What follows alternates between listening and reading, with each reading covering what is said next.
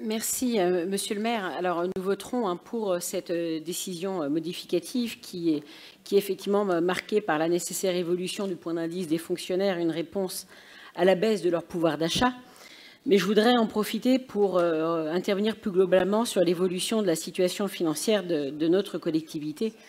Et comme j'ai pu le dire à l'agglomération, nous savons que la France traverse une période difficile. Ça a été évoqué à plusieurs reprises pendant ce conseil, entre l'inflation des produits alimentaires, l'augmentation des coûts de l'énergie, des matières premières, la situation internationale avec la guerre en Ukraine. Tout cela affecte notre quotidien et exige de chacun des efforts considérables. Mais bien sûr, cela a aussi des conséquences sur le budget des collectivités qui s'interrogent pour nombre d'entre elles sur leur capacité à boucler l'année 2022 et pour globalement toutes les collectivités sur leur capacité à anticiper 2023.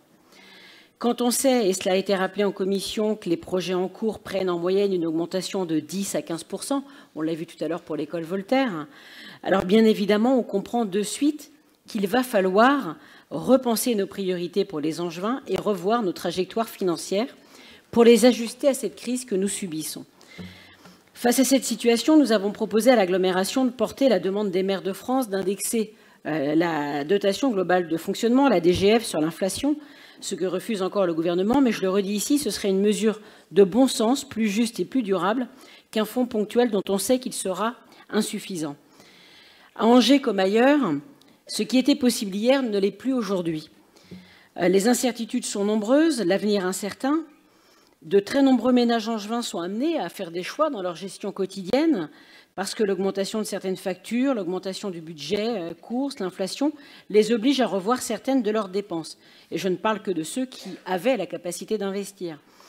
En conséquence, il est nécessaire de revoir dès aujourd'hui le programme pluriannuel d'investissement de notre ville.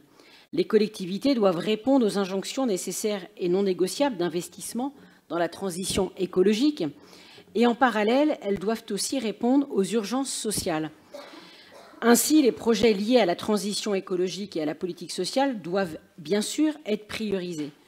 En parallèle, nous sommes convaincus que d'autres projets que nous avions pourtant validés dans notre plan pluriannuel d'investissement, y compris parfois à l'unanimité de ce Conseil, doivent être mis en attente, pour certains reportés, pour d'autres peut-être tout simplement annulés.